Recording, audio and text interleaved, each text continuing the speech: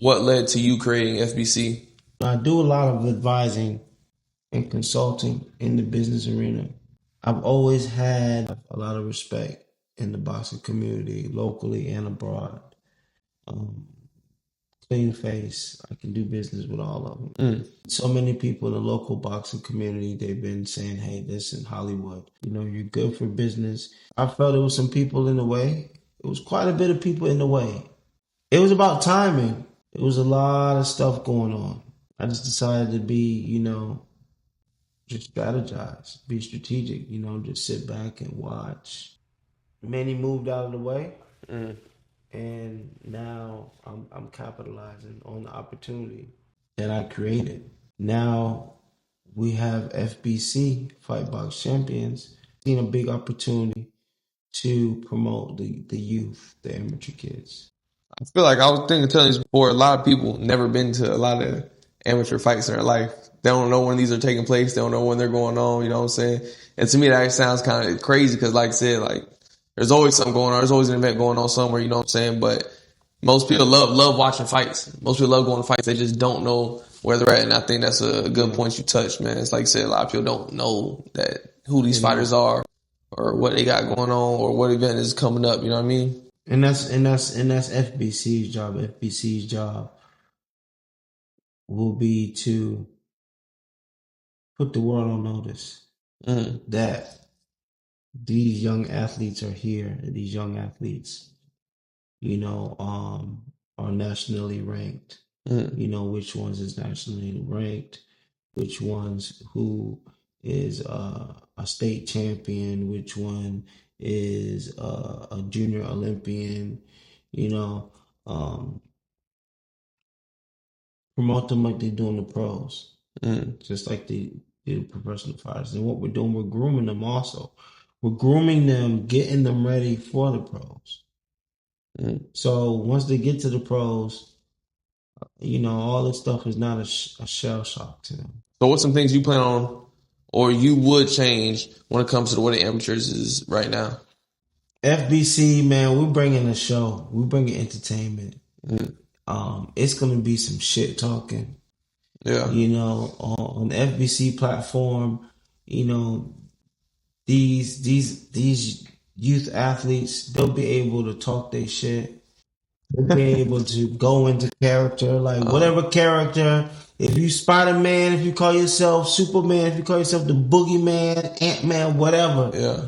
You're going to be able to be in character and go into role play. And you're going to be able to sell your fight, sell yourself. You follow what I'm saying? You're going to be able to dress however you want to dress. Have sponsorship, have sponsors, patches on your shirt, on your custom made trunks. You'll be able to get custom made. You'll be able to dress out in whatever custom made gear, that you want. You don't have to wear red or blue. You follow what I'm saying? It's a little more fun, a little more creative, a little more, you know what I'm saying? If you have an artist, you got your favorite song you want to walk out to, you're going to have a ring walk. That's cool stuff. They're going to have smoke. The camera's going to be in their face. Let me ask, why don't you think they do that in the amateurs now? Why would they don't not? they? Yeah, why don't they? Because I know like some of these tournaments or these these big events still have that kind of stuff, right? But why not at all the events? Do you think it's a money thing? You think it's they just don't put enough light on them? Most people pass up opportunities when it's right in front of their face. Facts. I'm able to always see opportunities. In the worst situation, I see opportunities. I not only see opportunities that's already there, but I can also create an opportunity that was not there at all. Yeah, that's what you're doing with FBC right now. An opportunity that wasn't there, I can create it. And that's like what I like to do, is create. Saturday, May 9th, we got North versus South. Okay, well, North versus South is LBC 14. That's our region in USA Boxing. F.B.C 14. North Florida versus South Florida boys. You know, all the top talent. Yeah. It's gonna be a great show. It's gonna be a great match. You know, these kids gonna have fun. It's gonna be the first show. We're gonna have it at Bay Hawk Camp at Hawk Gym, 1601 North Marion Street in Tampa, Florida. Everyone can go to www.fightboxchampions.com for tickets. Doors open at 12. First bout's going to be at 1 p.m. 1 o'clock. Cool stuff. So how do you find these fighters? You know what I'm saying? Are you going to the events? Are you scouting for them pretty much online? You know what I mean? I wake up and I got access to fighters. Yeah, facts. Like, me having access to fighters is really like, it's no bueno for me. You know. Also, I'm a registered. I'm an official with USA Boxing as well. Okay. You know. So you in the loop. You already know what's going on. Who's high, who's not. I have access. I have the best matchmaker. You know. Who's Jose Ojeda. You know, out of Fort Myers down south. You know, he has access to all the top talent. So we're matching up on this card May 9th. We're matching up top talent. You know, to fight on F.B.C card, you have to be handpicked. Like, this is not a promotional outfit where, you know, you only had a few fights. You know, and now, okay, I get to jump on this stage. No. These are fighters who are, you got to be open. You know, you really have to be talented because we want to show. We want to put on a good quality show for the fans. And so we want to make sure that there's talent, you know, that you could fight.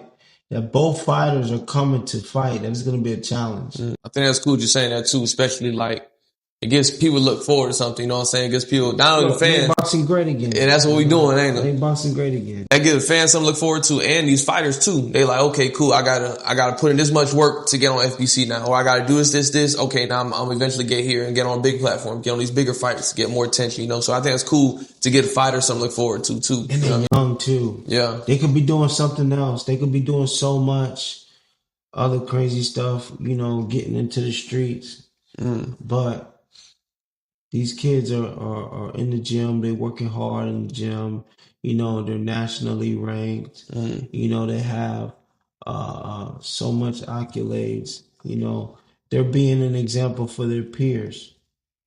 You know, and I want to come and just push them all the way. F.B.C's here to push them all the way.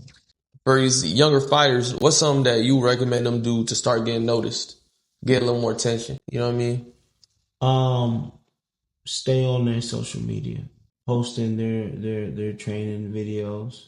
Make sure you know you're staying putting the right content up, brandable and marketable. You know, nothing crazy, nothing stupid. You know what I mean? You don't want to ruin no sponsorships or endorsements in the future. Exactly. Posting craziness, yeah, exactly. For sure. You know, let me ask you something, man, because I think about this a lot. Speaking of how you say you got a lot of experience from the gym, sparring is essentially fighting, bro. Like, you're literally fighting, you know what I mean? Just bigger gloves and you strapped up, you know what I'm saying? How you need them strapped up. There's no real big difference between that and a competition except for like the intensity level then, right? Would you say? Or what do you think about that? That's my opinion. I'm just saying. It's different when you're under them lights. The gloves are smaller. It's no headgear. It's a different temperature. It's a different feel under them lights, bro. My biggest crowd was at the it was called the St. Pete Times Forum then. You know, downtown Tampa, where the Tampa Bay Lightning plays. Okay. Man, listen, ain't nobody blinking. You know, them lights is hot. You gotta control your emotion. You gotta control everything. And somebody's trying to take your head off. That's fact. You know, like, that's a lot of pressure, bro. That's a lot of pressure. And so you don't get that in sparring. It's a different type of You can't really train for that. You just gotta do it. It just comes with experience. That's cool. There's things that happen. There's an atmosphere. There's a certain energy at the actual fights that you cannot train for. You cannot prepare for. And if you cannot adjust to it, and if you're not focused, it can throw you off and make you forget everything that you worked on in the gym. That's a scary thing, man. You just somebody else, somebody different. It's the fight game. But it's also a beautiful thing, man, because it's exciting, man. You know, it's a thrill, man. You know what I'm saying? This is what you work so hard for to get seen. You know what I mean? It's beautiful for me because I can do it. But it ain't beautiful to most people because they can't do it. 1,000. You know? Nah, that was up.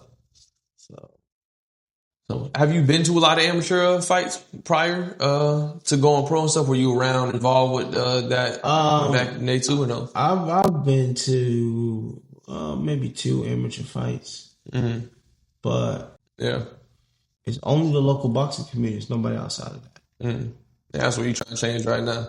Yeah, I want everybody. I want everybody. Yeah. Do you think boxing has changed a lot over the years from when you was fighting? Good and bad. It has. Tell us some of the good and the bad that you think has changed. The good, you know, you have streaming. You know, you're able to control the narrative more. You know, more exposure as a fighter. It's easier to build your leverage. You can build it overnight. A lot of people's watered down boxing. You know, you're seeing like these backyard brawls and these brawls that's, you know, in parking lots and stuff like that. And they just, and people falling and getting hurt, you know, seriously hurt and injured. You got people playing without sport, you know, like it's WWE. You know what I mean? That I don't like. You know, and we gotta make boxing great again. Bring back real fighting, real fighters, because boxing you can get really hurt, seriously hurt. You know, this is not something that we play with. You know, so it takes a lot of discipline. You know, it takes a lot of confidence, a lot of grit to be able to get in there and take punches and give punches. And so, you can seriously get hurt. You can lose your life. You got fighters that's losing their life. We have a female fighter that just almost lost her life like some days ago. Really? You know, she got TKO'd. She got knocked out. She ended up in the hospital. I think she was like in a little slight coma or whatever. Wow. But yeah, you got that going on in the pros. And then you got people playing with boxing just for entertainment. No. When you say playing with boxing, you mean more people like going to backyard fights and stuff like that? Yeah. Yeah, because like I said, it's a safety thing. You really get hurt. People in the pros, they're getting hurt. Yeah, facts. You know, and you in a public parking lot doing some boxing. Somebody gets seriously hurt and dies. If you're the owner of that property, you get a phone call. You about to get a lawsuit because somebody decided to do some boxing in your parking lot of your plaza, and they died. I'm a big advocate on making sure that fighters are protected mentally, physically, and financially. So that's a big deal. Yeah. And I don't know. I feel like some of those things are kind of crazy when you really sit back and think about it, like, yeah, folks really can be getting hurt in somebody's backyard because you putting on 10-ounce gloves, 8-ounce gloves, not realizing it only take one wrong hit to get messed up. You know what I mean? So that is kind of crazy. But I think everybody should take up some kind of boxing though. You know what I'm saying? I think they should do it just in the right environment. You're supposed to go to boxing gym. You want to fight, go to the gym. Because you with the coaches, you with the right people who are going to teach you the right skills so you can defend yourself. And you know how to throw a punch. Be right, doing shit the right way, you know what I'm saying? You got to doing shit the wrong way, you're going to end up getting hurt, end up messed up. For no reason. It wasn't even worth it. It wasn't even worth it, you know what I'm saying? At least fight for something. So that is a good point that you brought up. How do you feel about some of these people who talk about social media, right? That go online and they go on there trying to look pretty. Like they're not really fighters, but they social media fighters, you know what I'm saying? They get exposed. They get exposed once they get in there with somebody who knows how to fight. It's just a matter of time. You better know how to fight. Come around one way or another, light gonna shine. All in all, man, I think it was a great conversation. We covered a lot of great topics. Very excited to see what F.B.C has coming up. Very excited for this event. It's May 9th, correct? Yes, Saturday, May 9th. May 9th, yeah. So look forward to that. I'll put the link in the description down below. You're going to send me that. And that way, so they see this video, they can just tap and go on and get some tickets. Can't wait to see you guys out there. But appreciate you coming through, man. Showing some love, man. Can't wait to see you again, bro. Yes, sir. Sure. So we'll catch y'all on the next episode.